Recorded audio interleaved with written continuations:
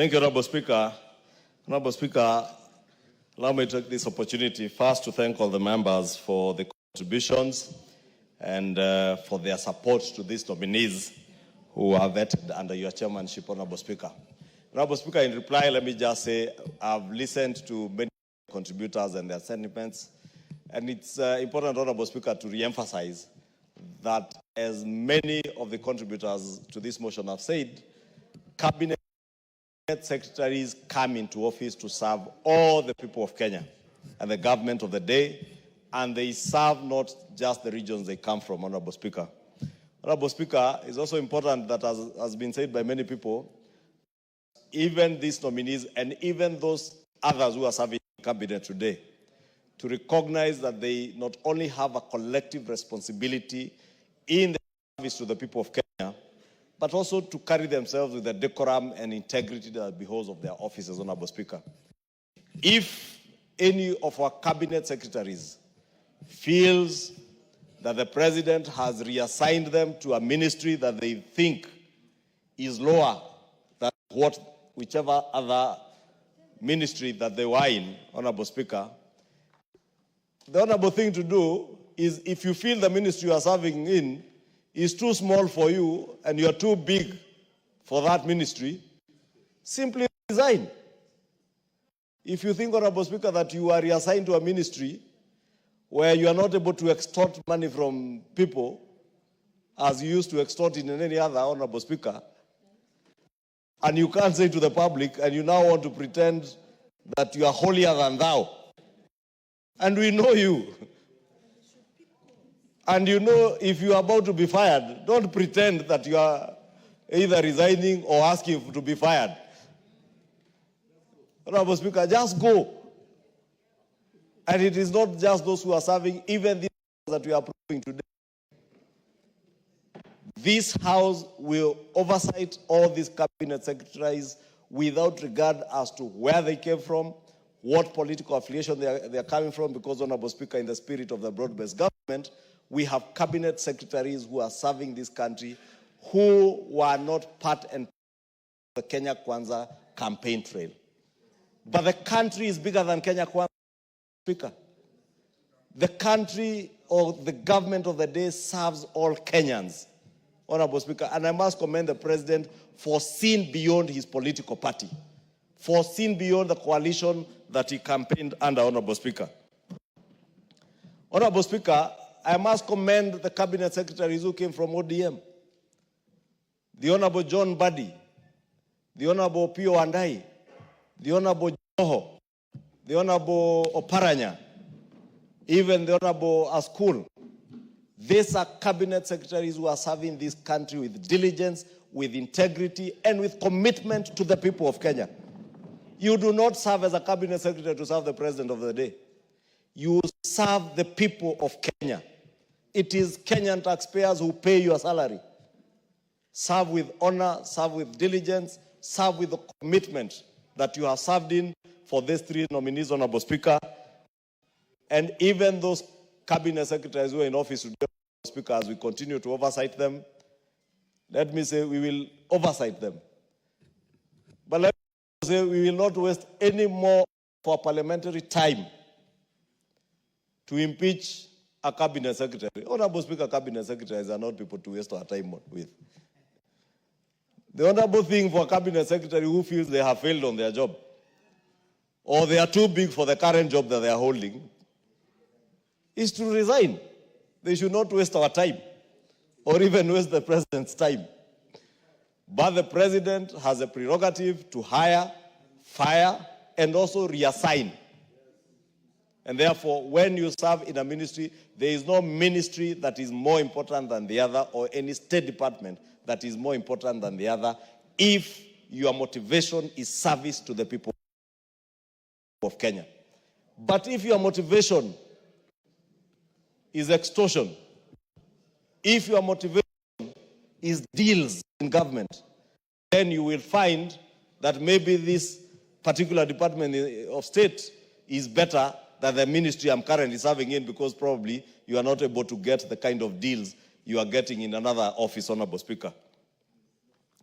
Honorable Speaker, with those many remarks, because I can see we have good numbers, I beg to reply, Honorable Speaker, and ask this House to approve these cabinet secretaries to go forth and serve the people of Kenya. And I want to believe, as they committed to the people of Kenya during their vetting process, they will serve with diligence, they will serve with integrity, they will serve all Kenyans to improve the lot of all Kenyans, improve our economy through the bottom-up economic transformation agenda. And therefore, Honorable Speaker, I support and I beg to reply. Thank you, Honorable Speaker. Thank you, Majority Leader. Sorry to the members who wanted to speak, but because of time, you didn't get space. But listening to all of you, I think the chorus was one. You are all supporting. There was no dissent. So those who spoke, spoke for all of us. I'll now put the question at order number 12, which is that taking into consideration the findings of the Committee on Appointments in its fourth report on the vetting of the nominees for appointment as cabinet secretaries laid on the table of the House on Thursday, 16th January 2025, and pursuant to the provisions of Article 152(2) of the Constitution and Section 3 and 8 of the Public Appointments Parliamentary Approval Act, Cap 7F, this House approves the appointment of the following persons as cabinet secretaries: Honorable Mutahi Kagwe, EGH, Agriculture and Livestock Development; Honorable William Kabogo, Information, Communication and the Digital Economy; Honorable Lee Kinyanjui, Investments, Trade and Industry. As members of that opinion say aye. Aye. Will those of the contrary opinion say nay? The ayes have it. Next order.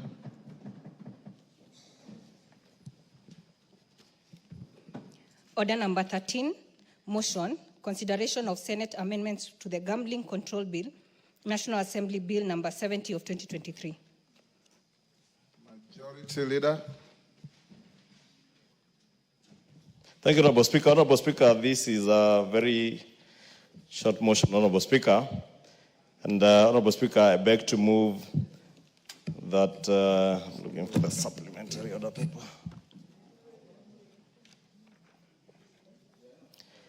That the House considers that the Senate amendments to the Gambling Control Bill, National Assembly Bill number 70 of 2023 be now considered. Honorable Speaker, this Gambling Control Bill is a bill that this House passed early last year, you remember, together with the Betting Control Bill. And because it had provisions that touch on county governments, it was conveyed to the Senate for consideration. And the Senate did move a number of amendments, which have since been considered by the Committee for Sports under the chairmanship of Honorable Wanyama. And Honorable Speaker, the committee in its report, which they tabled towards the tail end of the last session, recommended that we object or we reject all the Senate amendments, Honorable Speaker. And many of the amendments, Honorable Speaker, that are being amended, that were amended by the Senate, and which the committee has proposed that we reject, counter to the provisions of articles of the Constitution touching on the different functions of the two levels of government between the national government and the county functions. They are also contrary to the provisions of Article 109 of the Constitution on the exercise of legislative powers. Honorable Speaker, maybe for clarity, Article 109, Honorable Speaker, says that Parliament shall exercise its legislative power through bills passed by Parliament and assigned to the President. And Parliament in this instance means both chambers of Parliament. But any bill may originate from the National Assembly. 3 says that a bill not concerning county government is considered only in the National Assembly and passed in accordance with Article 122. And because this bill did concern counties, that is why it was not only considered by the National Assembly alone, and we took it to the Senate. 4 is that a bill concerning county governments may originate in the National Assembly, like this bill, or the Senate, and is passed in accordance with Articles 110 and 113, 122 and 123 of the standing orders. And 5, a bill may be introduced by any member or committee of the relevant House of Parliament, but a money bill may be introduced only in the National Assembly in accordance with Article 114. Honorable Speaker, many of the amendments that were inserted into this bill from the Senate are amendments that touch on or that had a money bill effect, and therefore making this bill, which originally was not a money bill, a money bill. And therefore, there is no way that this House, under Article 109 of the Constitution, would allow the Senate to usurp the powers of the National Assembly in terms of introducing bills that have a money bill effect. Because, Honorable Speaker, it is the Constitution that says that only the National Assembly may consider bills that have a money bill effect. Whether it is the imposition of taxes, levies, or charges to Kenyans or from the Exchequer, Honorable Speaker, that can only be done by the National Assembly. And therefore, many of the amendments, Honorable Speaker, that you will see that were done by the Senate touched on imposition of taxation, imposition of levies, imposition of penalties and charges, things that can only be done by this House, Honorable Speaker. And I know, Honorable Speaker, there are people in the Senate who thought that it's an ingenious way of introducing such provisions, then take this bill to mediation to consider these bills. And Honorable Speaker, I want to implore on you, when and if we reject these amendments and we go into mediation, all the clauses that touch or have a money bill effect, Honorable Speaker, I would beg that you do ask the House or the mediation committee not to consider those clauses, because it will be unconstitutional. Completely unconstitutional, Honorable Speaker. Two, Honorable Speaker, besides those provisions being unconstitutional having been introduced in the Senate, it is also not possible to re-legislate on certain things that we have already legislated on. Towards the tail end of the last session, Honorable Speaker, we legislated on the Tax Procedures Act bill, which is now an act of parliament. We legislated on the Tax Amendment Bill, which is now an act of parliament. Some of the provisions that the Senate had amended to in this bill are covered under the Tax Amendment Act of 2024. And therefore, reintroducing the same clauses in this bill, Honorable Speaker, again, will be unprocedural, against our own standing orders, unconstitutional, illegal, null and void. And therefore, I would beg that, Honorable Speaker, when you are making your determination on the clauses that will be mediated on, you do direct that the mediation committee, when we form one, ceases or does not consider some of these provisions that are unconstitutional and have already been legislated on, especially touching on the money bill provisions, Honorable Speaker, because we cannot allow the Senate, as a lower house, to take over the mandate of the upper house. And you know, Honorable Speaker, I have never used those words in my almost 13 years in this house, which house is upper to which one. Because it's not important, Honorable Speaker, but it is important to adhere to the provision of this Constitution.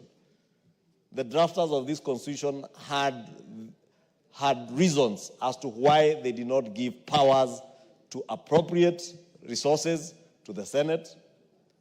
They had reasons why they never gave powers to the Senate to levy taxation or even fees and levies to Kenyans.